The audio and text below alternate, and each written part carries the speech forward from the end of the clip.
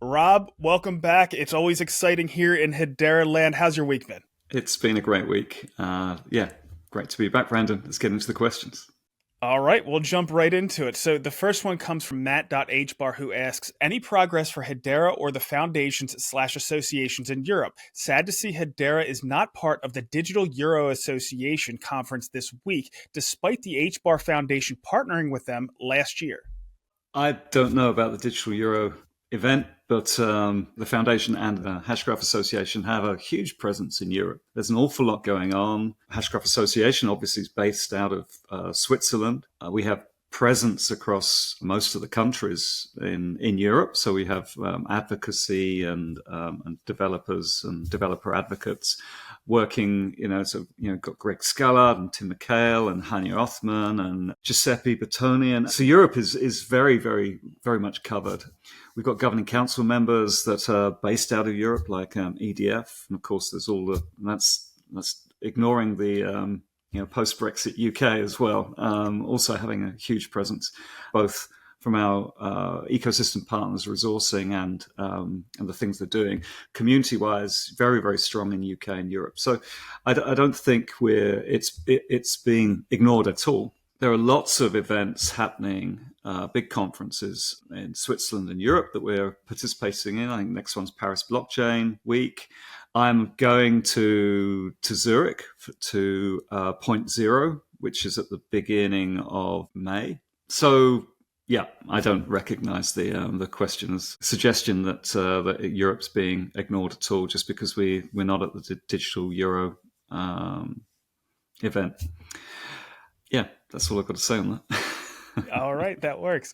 All right, so the next one comes from Jordan Volt, who says, ask Rob if Hedera's governance is more like a well-seasoned cast iron skillet gets better with use, or a microwave burrito explodes if you look at it wrong. That's a funny analogy. I've never microwaved a burrito, so no, I'll go with the first option. I think it is something that improves over time, and not only improves, it adapts over time because we've got a very changeable environment. The regulatory environment that we existed within, just a few months ago was very different to where we are today across all jurisdictions, not just the changes within the US and the new administration there. So I think it's a strength of the governing council and of the ecosystem partners that we have policy representatives that advise and interact with the various jurisdictions, and then inform how we evolve and adapt. So I know we're very very much stronger for that and for the way that we've grown and evolved over time. And an example of that is all those changes that happened at the end of last year. The governing council itself went into what we've referred to as phase 4 governance, that the fourth iteration of the growth and the evolution of the governance model that we use. I mean, these are evolutionary changes rather than revolutionary ones, but which is fine and exactly as it should be. But it's a good recognition of the way that we're always looking to adapt, as the regulatory posture and the risk posture rather changes over time. Every council member is keenly interested in risk exposure and on what they can and can't do within their sector and within their jurisdiction. So there's an ongoing debate around that, and the governing council has proven to be resilient, anti-fragile to all of those changes in a very difficult world. We have governing council members that are cross-jurisdictional, multinational corporates with very different risk postures depending on their sector. So to be a governing council that accommodates all of those council members across all of those geographies and jurisdictions is I think, testament to how resilient the council actually is. It would be a lot easier if we were a council of tech giants out of Silicon Valley, for example, or a council of banking organizations that have very specific use cases. But we're not. By design, we are truly decentralized across geography and sector and time zone. So we have proven that I think we're probably the best governed approach to a decentralized organization anywhere on the planet. I will say when it became clear last year that some changes were probably necessary, I looked at it as a litmus test for the governance in general around Hedera and a test for the council itself to see if it could actually govern a network like this. And I think it passed that with flying colors.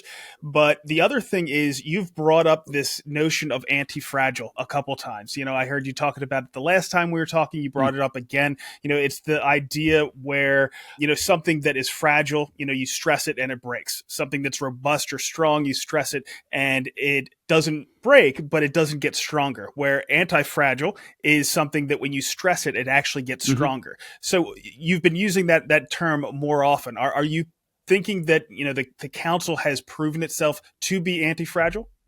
I think yes. I think the extraneous impact of change has proven that the council, it can adapt, can grow, and can strengthen over time. And this isn't the last time this will happen. It's by design. Change and the ability to adapt is built in. We have policies that allow for that, but while still protecting the principle and the what the council is there for. So we've seen council members join and leave because their needs change or their internal strategies change. So, like you say, something that's very strong can also break. So that we've tried not to be like that because this space is still ever evolving and we have to adapt accordingly. And we'll see further changes over time, right? So it took long, actually, last year, a lot of discussion about what we needed to change in order to adapt. And I think we did a pretty good job.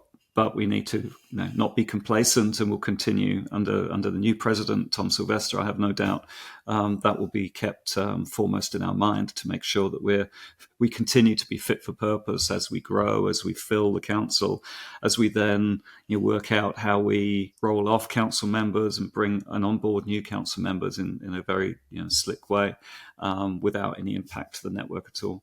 And then over time, how we further decentralize. So all of these things are coming up. Good stuff. All right. So next we're going to get into something, and I'm surprised people are so focused on when meeting minutes actually come out. I usually don't pay attention. If they come out, I check them out. But it seems like people are really concerned with what's going on in those meetings, which is good. People are engaged. But Dr. I. Abnomil asks, in light of council meetings occurring only every quarter, does it mean meeting minutes won't be published for at least 6 months each time in light of the fact that minutes are only approved in each subsequent meeting? Now, if you have a meeting, Rob, and then 3 months later you're having another meeting where you can approve those, it would seem like there'd only be 3 months in between the time you have a meeting and those actually get released. But there's some other nuances to it. Do you want to kind of explain? Yeah, well, if you followed that argument, it would be 4 months because the approval then you have 30 days. Within our constitution to release it, But actually, now with the meetings quarterly, and the reason it's quarterly is so we can actually have longer meetings and it can be more focused and be more effective. And of course, all the committees which do most of the heavy lifting for the council are still operating on a monthly or in some cases bi-weekly basis. So, that all happens in between. But the council meeting minutes will be approved or are now approved by e-ballot. So you don't need to hold a council meeting in order to vote. It can be done via an e-ballot, and there's plenty of e-ballots happen for board elections or committee chair elections or all of the others. So there's a routine of kind of parallel activity where the governance decisions can be made. Some need to be made in the council itself, but approval of minutes of the meetings is not one of them. So in the past, I think we've waited for a council meeting to be held in order to get the approval. You need quorum for that. If you don't have quorum for that, then it goes to an e-ballot. Now, I suspect it'll just go straight to e-ballot after the meeting. So we may actually see the whole process sped up. So next up, I have a couple of them around AP Plus. So the first one comes from Celestial Being asking, does Australian Payments Plus have a use case similar to or greater than Atma.io? Next up, Lewis says, tell us more about this AP Plus use case. He quotes, the platform HashSphere integrates Hedera's existing tools, is compatible with Ethereum Virtual Machine, and is currently working with early partners, including Australian Payments Plus, Australia's national payments scheme operator. Now, up until this point, Rob, you've been pretty tight-lipped around what you're doing exactly with Australian Payments Plus, but can you give us any insights? Sadly, no. the I'm sorry. No, the announcements will be made in due course, and fingers crossed it's not too long away. But we're a member-based organisation, and there's a lot of hurdles to jump to actually make public announcements on anything we do. So that's the reason. There is a lot of background activity, but it'll be publicly announced in due course. The HashSphere thing, we're Hedera Governing Council member. We host a node. We're exploring all sorts of uses of Hedera for many different use cases.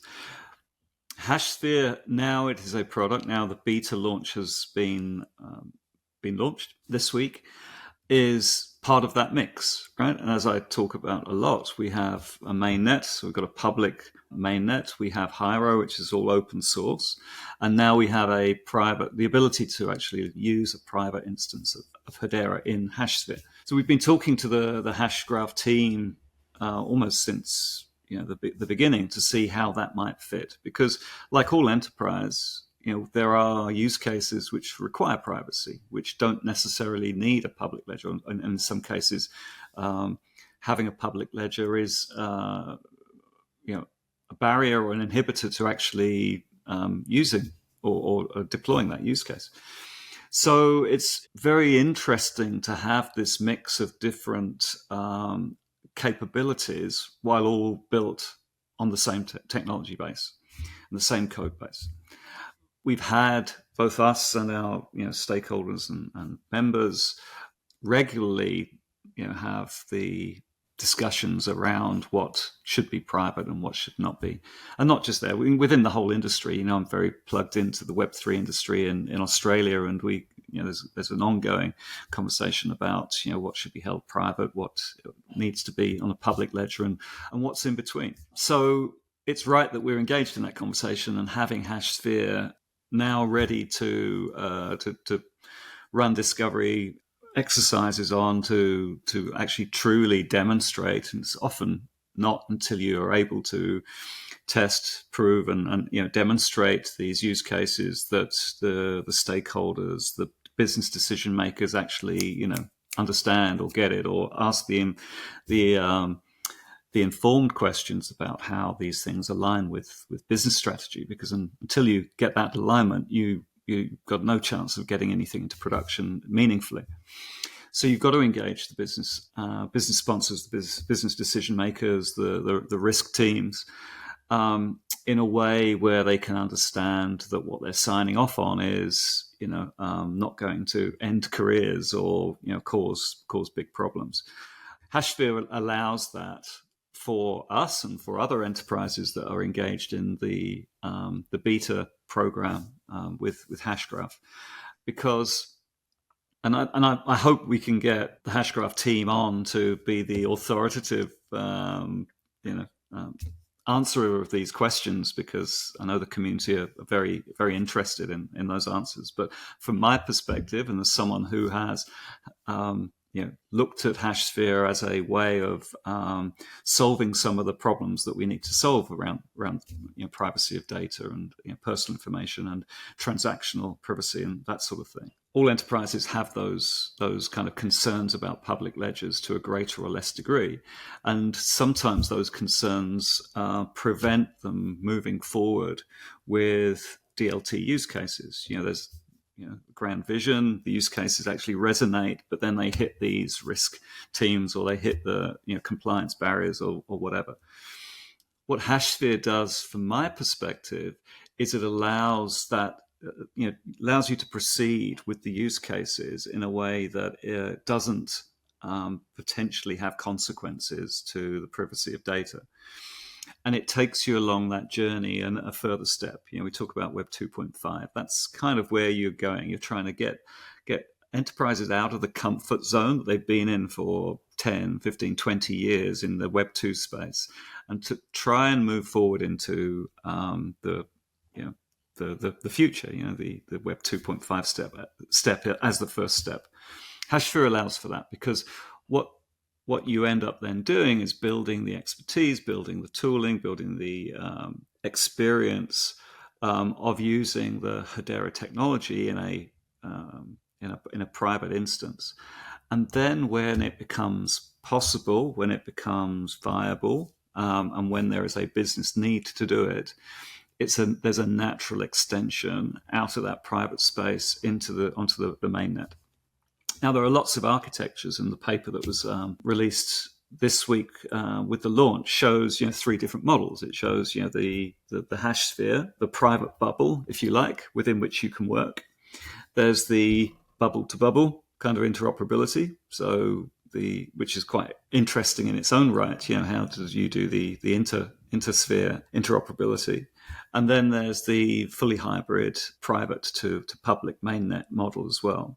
All of those are very interesting because they have different use cases, and I see them as entirely additive. You're not taking away a use case from the mainnet in order to do it privately, because in the fullness of time, if the product market fit is there for it to be on mainnet, then that's where it will be.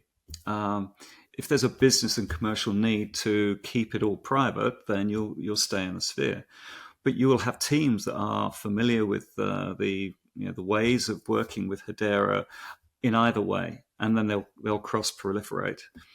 This is what we need. We need that bridge between Web 2 and a fully decentralized Web 3 future, and HashSphere offers that. From my perspective, I see lots of reasons to have a HashSphere, and what I need is interoperability. Because we live in a world where we have stable coins and deposit tokens and tokenized money market funds and other forms of digital money that are going to be public. They have to be public.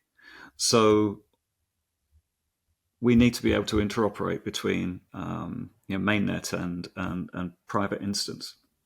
And those are the things that are being worked on right now. So we have bridges. We've got the development of the bridge architectures with Layer 0 and Axelar, and that might be suitable in the near term, and then longer term, all of the things that are on the roadmap around interledger communications that Lehman has been talking about, which requires hash proofs, state proofs rather, and all of the other elements that lead into state proofs, like block streams and block nodes and everything else. All of that needs to be in place. So in the first instance, we'll probably use bridging infrastructure, but ultimately it'll be fully interoperable via the interledger communications. So it's a super exciting space, and in terms, and the final point, and I know the community is very, very interested in this part. How does it use? What does it do to the mainnet? How does it use HBAR, and what does it do in terms of TPS and transactions? And I think the jury's out on that. I mean, we're still in beta. I think for sure, Model 1, the private sphere, doesn't need to anchor into the mainnet. So that's like a private solution now. It's like a private blockchain or a distributed database or just a database, right? So that's that solution. I am assuming that within that sphere, the applications that are being built can still interact with HCS. So there's lots and lots of reasons to use HCS for, as we know, for any application. And therefore, this doesn't preclude the use of mainnet HCS for logging and everything else if you need the trust layer, right? And it's not within the sphere. When you get to intersphere interoperability, I suspect the conduit between the two will be mainnet based. I'm not sure of that, but I think that will be the case. And then ultimately, obviously, the hybrid will just be a multiplier effect on the flows into and out of the sphere using the public ledger. So that, of course, will use both HTS and HCS and potentially even smart contract service as well. So those will then be kind of super apps, networks in their own right, which then use the mainnet for all the trust and the value flow and everything else that you get with that. My expectation is a lot of these might start as spheres, but they're going to realize really quickly that it only really makes sense to do this on mainnet or just do it as a private database. And then eventually all of them are going to be using it for interoperability as well. So I think everything eventually is going to go towards using Hedera. But this is a good stepping stone for a lot of those companies. It really is. And I love the mental image of all these bubbles floating around these spheres and bumping into each other or having bridges between them or anchoring into the mainnet. I think that mental model is actually super cool as well, and the fact that it's all built on the same tech means that the whole will be greater than the sum of the parts, and they won't exist and they can't exist in complete isolation, because history has shown that walled gardens just wither and die. So you can only scale once you've built those bridges and the interoperability is in place, and you will need that for things like value flow and everything else where you have to interact outside of the bubble. So I think it's entirely additive. It's pretty novel as well. I mean, there are other, as we know, kind of private instances of other chains, but the way that the Hashgraph team have gone about it, and the fact that we have Hiro backing this all up, and we have the mainnet, and a very unique governance model, I think a perfect combination of uses of the Hashgraph. All right. So the last one we have for you, Rob, it's not your favorite use case with payments and micropayments and all that kind of fun stuff, but it is around Refi. And this one might get a little bit spicy. So this one comes from Mike Lowry, who asks, are Demia and Dovu complementary to one another, or are they on a collision course? They can't be on a collision course. From my perspective, and from this point in the evolution of the Guardian ecosystem, they are absolutely complementary because they grow the pie. The genius, as I see it, of what Wes Geisenberger and the foundation have done in terms of investing in not just the Guardian solution, but the entire ecosystem around it. SolidWorks DAO and Totem Earth and Evercity, and the big announcements like Olcott, a big project developer, bringing all of that, all of those carbon credit metric tonnage to the Guardian platform, and all the other open source policies that lower the bar to entry for project developers and project proponents and everyone else, as well as the buy side of the marketplace as well. So all of this is a heavy lift, right? You're growing an ecosystem and you're having to lift each piece, not too far, but not too slowly. And the fact that we're now at a place where it's attracting the likes of Demia. I mean, Demia's been around in the sustainability space, building solutions for years. And now they're working with DLT Earth and the foundation with Guardian Solutions. I mean, that's testament to actually attracting those who have tried the rest and now know where the best is, and have come to the Hedera Guardian. Dovu have been torchbearers and advocates and core contributors almost since day one. Matt Smith is the biggest flag bearer for all of this, and then they found their own way with Dovu OS and everything that they're doing with their token and the community that they've built. So I think they're both great examples of how the ecosystem is growing. There may be some overlap, and competitive tension is always good. I don't know whether there is or not, but I mean, there has to be. There are a whole bunch of registries growing now in the Guardian ecosystem, and the registries, some will be entirely different regions and have very particular markets, and some will compete for the projects to register an issue on their platforms. but that's healthy too. I mean, we're still so far away from the net zero targets and so far away from truly eliminating greenwashing and getting to a place where every nature-based asset is independently verifiable on the ledger, that it's an absolute pleasure to see all of these participants coming into the ecosystem. So Refi is really a differentiator for Hedera. It always has been, and it always will be, in my view, because of the investment that has been put into growing an entire ecosystem. And like in any ecosystem, elements of it will be really successful, some will misfire, some will come and go, but the ecosystem as a whole will be healthy and vibrant and grow together, because we need this big step change in order to really make an impact on the restoration and health of the planet. So yeah, I welcome DMIR into the fold, and I'm really looking forward to finding out more. Agreed. Well, Rob, that's all we have for you this week. We appreciate you taking these questions week in and week out. We also appreciate everybody giving us their questions. Absolutely. If you have any more for Rob on the Hedera ecosystem or the HBAR economy, you can drop those down in the comments. That's all we have, Rob. We'll see you next week. Thanks, Brandon. See you next week.